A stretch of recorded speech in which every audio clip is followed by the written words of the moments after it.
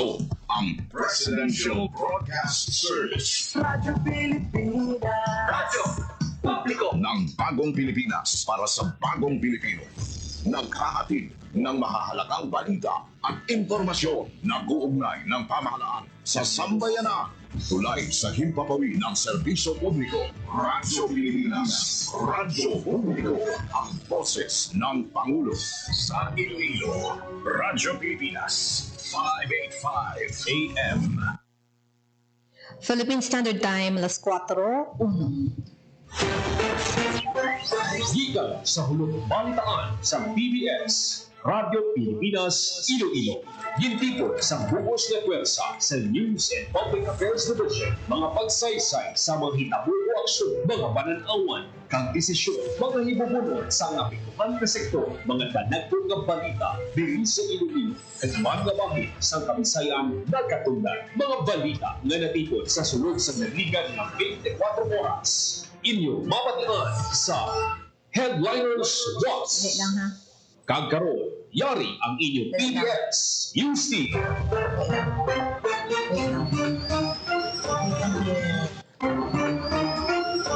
Wait lang. Wait lang. Kagkaroon, yari ang inyong PBS, UC.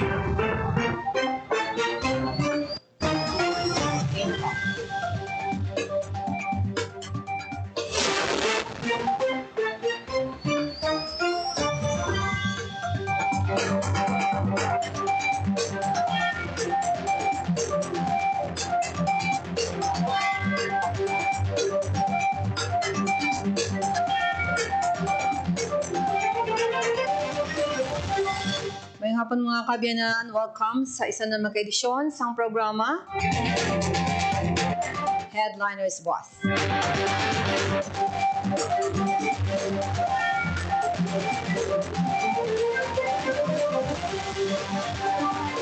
Sa mga headlines,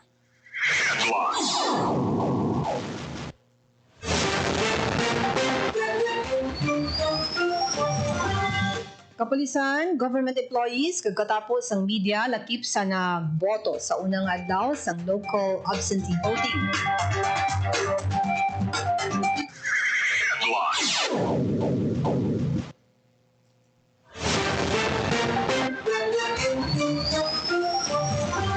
Mga pamilya nga may malnourished nga kabataan, prioridad nga baligyan sang tag 20 pesos per kilo nga bugas sa probinsya sang Iloilo.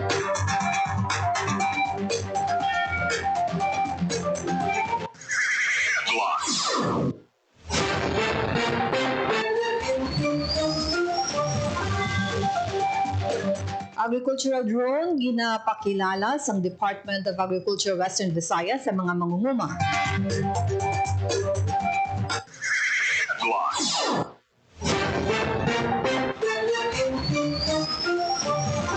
Paggamit sa precision rice seeder ginaduso sang Department of Agriculture sa mga rice farmer.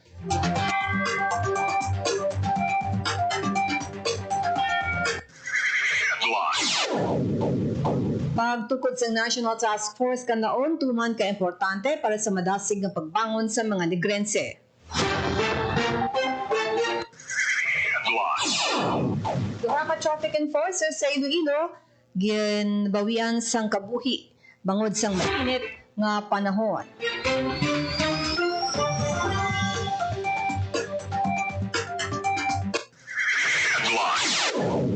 ICT-TMO magapatuman sang adjustment sa deployment sang traffic personnel bangod sa mainit nga tiempo.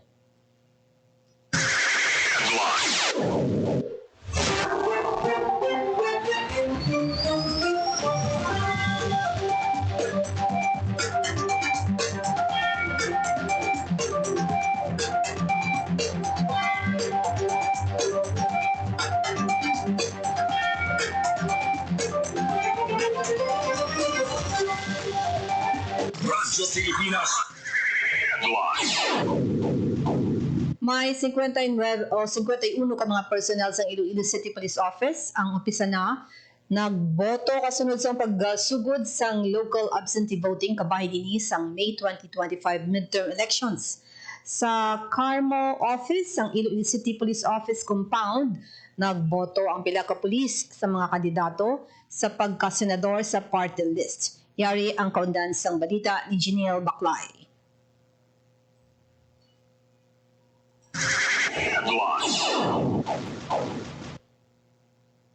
Yara sa 51 ka mga personnel sa Iloilo City Police Office ang nagboto kasunod sa pagsugod na sa local absentee voting sa Iloilo City. Sa Carmo Office ang ICPO compound, nagbilang-bila ka mga pulis at nagboto sa mga kandidato sa pagkasenador at party list. Samtang nagahulat ang mga personnel sa Commission on Election. Sa datos ng ICPO, yara sa 130 ang mga PNP members, ang natarana magkaboto sa duwa kadlaw local absentee voting ang magatakop sa Abril 29. Sa Iloilo Provincial Police Office naman yara sa 50 ang nagboto sa kay IPPO spokesperson Major Rolando Aranyo. Samtang 7 naman kay empleyado sa Comelec Iloilo Province kung isa katatapos sa media ang nagboto sa local absentee voting sa siyudad sa Iloilo. Para sa Bagong Pilipinas, Janelle Baclay, Radyo Pilipinas, Radyo Publiko.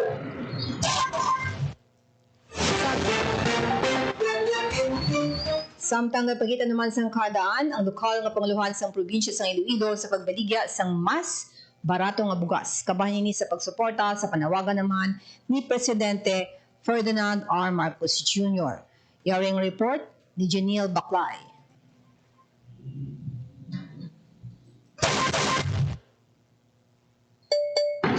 Handa ng lokal pamunuan sa probinsya sa Iloilo sa pagbaligya sa barato nga bugas bilang suporta sa panawagan ni Presidente Ferdinand R. Marcos Jr. Opisyal na ginpormahan ni Iloilo Governor Arthur Defensor Jr. ang Executive Order 040 sa 2025 nga magapatuman sa sipag at syaga for more progress sa Bagong Pilipinas program. Sa diing target sini ang pagbaligya sa 20 pesos nga per kilo sa bugas sa kaniwas stores kag bigasan ng barangay. Sunod kay Governor Defensor, yara sa 19 milyones pesos ang himpain na pondo sa provincial government para sa subsidy sa bugas nga paklon sa NFA. Ginpahayag man sa gobernador na pinaka-prioridad ng mga benepisyaryo amo makabil sa programa kasubong na lamang sa mga pigadong media kag mayara sing malnourished ng mga kabataan. Sa datos ng Provincial Health Office, ginpahayag naman ni PHO Head Dr. Maria Socorro Quino na ginabanta yara sa 12,000 ka mga kabataan sa probinsya ang malnourished kada padayon na ginabuligan pamaagi sa nutrition kag feeding program sa Iloilo Provincial Government. Sa karon, padayon ng koordinasyon sa probinsya sa Iloilo sa ibang ahensya kasubong sa Department of Agriculture, Department of Health, DSWD sa pag-finalize sa mga guidelines sa pagpatuman sa program sa Visayas Region. Para sa Bagong Pilipinas, Janelle Baclay, Radyo Pilipinas, Radyo Publiko. Baligyan na ang 20 pesos kada kilo nga bugas sa Visayas, target nga malunsar sa unang nga semana sa bulad sang Mayo sa Cebu. Ginatinguan sa Department of Agriculture nga mapadasig ang pagsugod sang baligyanay sang 20 pesos kada kilo nga NFA rice sa Visayas. Ginkonfirma naman ni Agriculture Secretary Francisco Cho Laurel Jr. nga sa unang nga semana sang Mayo ang target nga paglunsar sang programa. Una nga ginamanduan sang Tigbikom ang National Food Authority nga suguran ang repositioning sa supply sang bugas sa Visayas. Ginabanta nga yara sa 600,000 bags sang NFA rice ang inisyal nga ginahanda para sa Cebu. Isa sa mga bago nga teknolohiya sa pagpanguma nga ginakilala karon sa Department of Agriculture Western Visayas ang paggamit sa agricultural drone.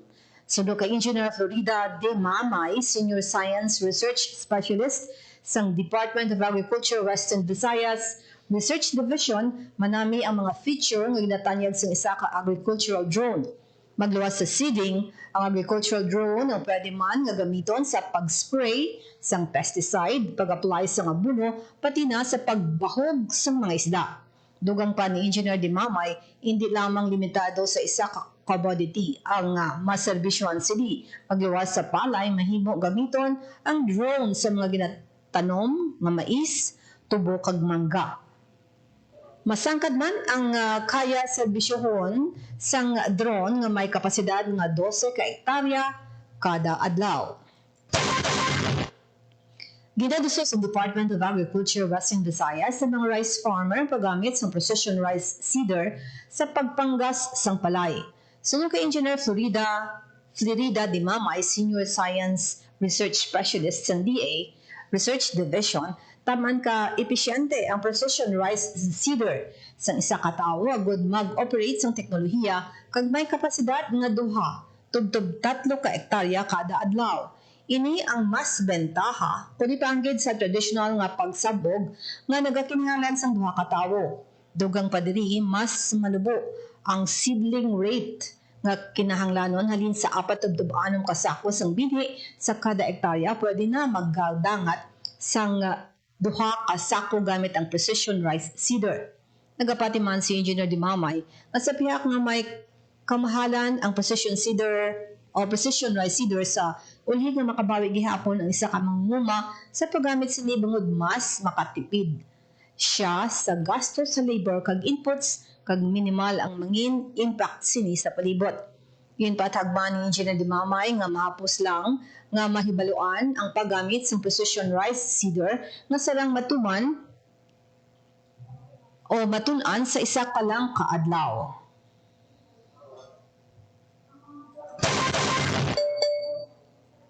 Tuba naman kay importante pa kay Office of Civil Defense Region 6 Director Raul Fernandez ang pagtukod ni Presidente Ferdinand R. Marcos Jr. sa National Task Force kanlaon. Patag niya, bangod limitado lang man ang resources sa mga ahensya sa gobyerno sa regional kag lokal nga level. Dugang pa ni Director Fernandez bukod sa task force, ma-commit sa nanoy tuway nga departamento ang ilang mga resources sa matuman ang handop nga mabutang sa maayo nga sitwasyon ng mga Filipino nga maapektuhan sa paglupok sa bulkan kanlaon.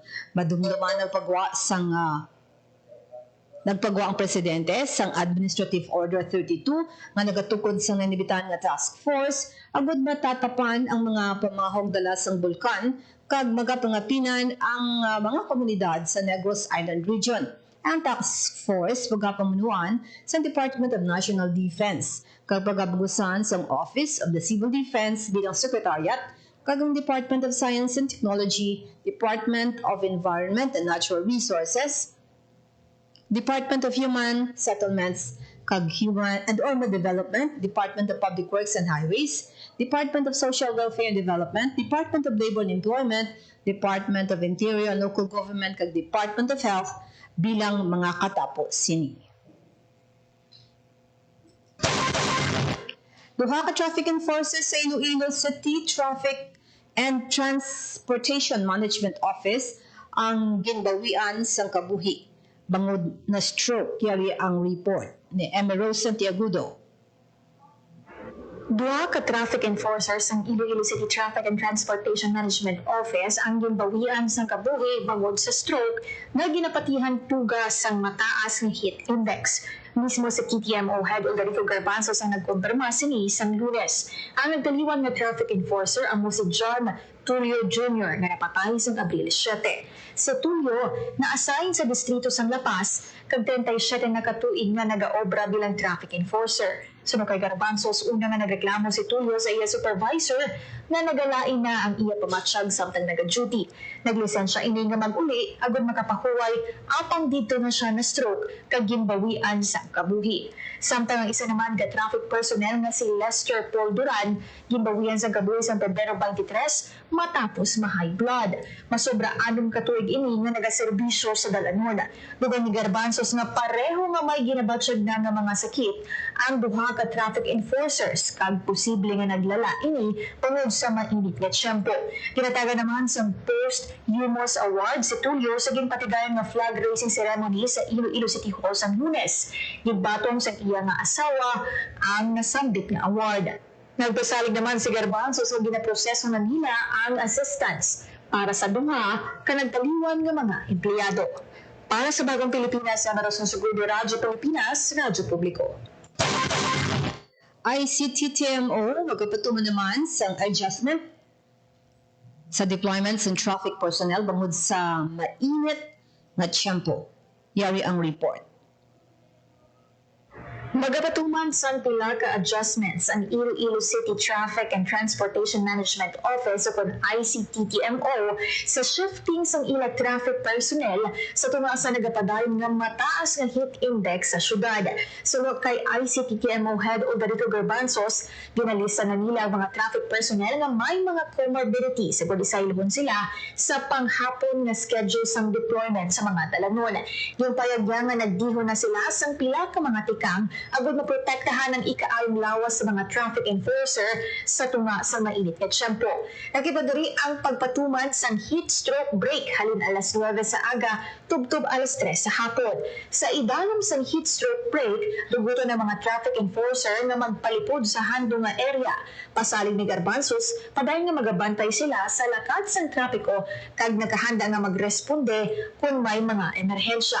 Nagpangalan naman sa dugang nga pasensya si Garbanzos sa publiko, hindi pa ako makita nila na wala ang mga traffic personnels sa tunga sandalan kung mainit ang tiyempo. Sandig sa datos ang ICTTMO, duha na ka traffic enforcers ang ginbawian sang kabuhi bangod na heat stroke kag naglala ang ilang mga sakit bangod sa mainit na panahon. Sunod kay Garbanzos, siya sa 374 ang field personnel nga ginugbukusan sa miyembro sang TTMO kag Public Safety Department. Sa amon nga pre-deployment briefing, gina-emphasize, gina-permi ang heat index nga nagataas sa more than 42. So dapat hydration sila. Gina-implement amon subong ang aton ginatawag ng heat stroke break. Ang heat stroke break na ini pagkaabot alas 9 or mag-init na gid, ini sila nagapahigad na lang and then not visible magyapon sa inang ilang traffic bit areas, no? Only lang magkanto sila sa tunga kung may mga aralan na sila sa kilid pero still ang inspection ina-inspection nato. Si Retired Colonel Odarico Garbanzos, head sa ICTTMO. Para sa Bagong Pilipinas, sa Meron Sugudo Radyo Pilipinas, Radyo Publiko. Iloilo City, ginkilala naman ng Global Self-Reliant City sa family planning kag adolescent sexual reproductive health. Yari ang report ni Emerald Santiagudo. Ginkilala ang Iloilo City bilang Global Self-Reliant City sa family planning, adolescent sexual kag reproductive health. Sa ginhiwat ng flag-raising ceremony sa Lunes, ginhatagan sang award sang The Challenge Initiative ang syudad bangod sa mga programa sini nga nakasentro sa family planning kag adolescent youth sexual and reproductive health. Magluwas sa Global Self-Reliant City Award, ginkilala man ang pila ka mga opisyales, departamento kag organisasyon sa Iloilo City nga nagbuylog sa pagpatuman sang mga nasambit na programa. Lakip sa mga programa sang syudad ang pag-training sa masobra sa 600 ka community health workers, masobra 200 nga postpartum family planning providers, masobra 800 ka mobile outreach service providers, kag masobra 200 ka adolescent-friendly health service providers. Naghiwat man ang syudad sa 95 ka mobile outreach activities, kag kapin 500 ka demand generation campaigns. Ang The Challenge Initiative, isa ka global platform na nagabulig pondo sa mga programa nga nakasentro sa family planning kag adolescent youth sexual and reproductive health sa mga lokal nga komunidad. Una nga nagpasakop ang Iloilo City sa TCI sa 2023. Personal naman nga ginbato ni Vice Mayor Jeffrey Ganson ang nasambit nga award. Para sa Bagong Pilipinas, Emerald Santiagudo, Radyo Pilipinas, Radyo Publiko. Iloilo City naka-eksperyensya sang 13% nga pagsaka sang electricity demand bangod sang tuman ka init nga panahon. Ang mataas nga heat index nagresulta sang mataas nga demand sa kuryente sa syudad sang Iloilo. Kung ipanggid sang tuig 2024 sa tuig 2025 sa kaparehong binulan, 13% ang nakitaan nga pagsaka sang More Electric and Power Corporation. Para madumala ang mataas nga demand, nagpatigayon ang more power sang emergency feather load balancing sang Sabado kag Domingo. Tuyo sini positibo nga tikang nga matap na ang feather overloading nga sarang makahatag sang lapnagon nga unscheduled power outages. Ginsiling ni Engineer Christopher Cirujano, Deputy Head of Network Development Operations sang More Power, kinahanglan ng feather load balance para sa bisan ano nga power system kung may pagtaas sa single-phase load users kaangay sang residential consumers. Kinahanglan nga magpaidalong ini sa load balancing agud malikawan ang power tripping sa Iloilo City. Yara sa 90% sang kabugusan nga consumers sang more ang nagabugos sa residential. Subong nga tuig naobserbahan sang more power ang pagsaka sa consumption antes pa man ang bulan sang Mayo. Ginakabig nga dako ang papel sang tuman kainit nga panahon antes ang bulan sang Mayor, rason nga sang pagsaka ini sang demand sa power consumption.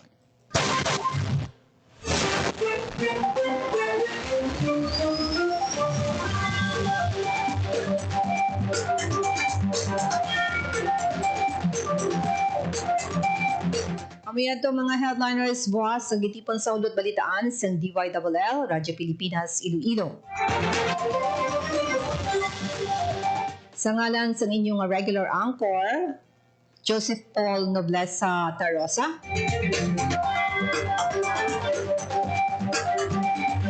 Ako naman si Bing Babiona sa aking mga kaupod sa technical side, Bong Aventura.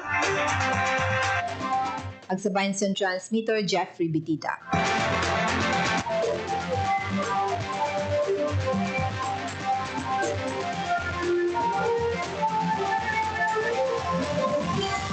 Pilipinas, salamat kag maayong hapon. Publiko. Radyo Pilipinas. Radyo Publiko.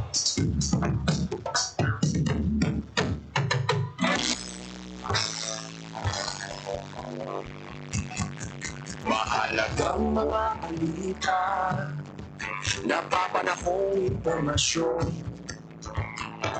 Kami ang inyong gabay pag may bagyo at sakuna. Serbisyo ng gobyerno kapag may nangangailangan. Mga proyekto ng Pangulo, damang-dama ang pagmamahal niya.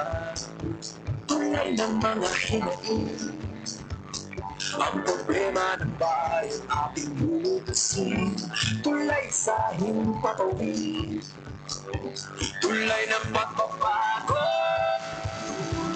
Radyo Pilipinas, ng bagong Pilipinas. Radyo Pilipinas, ng bagong Pilipino. Mga proyekto ng Pangulo, damang-dama ang pagmamahal niya. Radyo Pilipinas, ang boses ng Pangulo.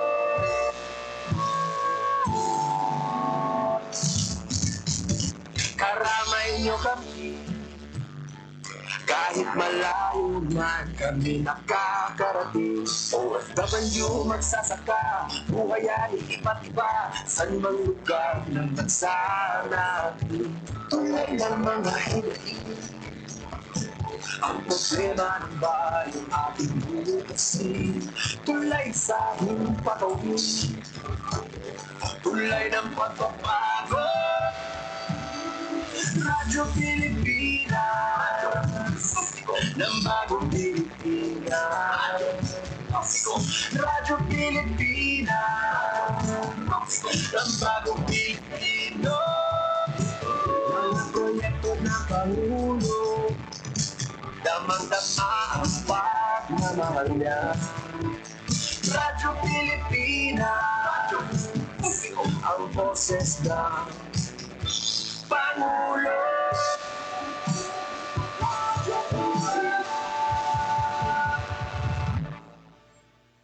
Radyo Pilipinas, Radyo Publiko. Radyo Pilipinas,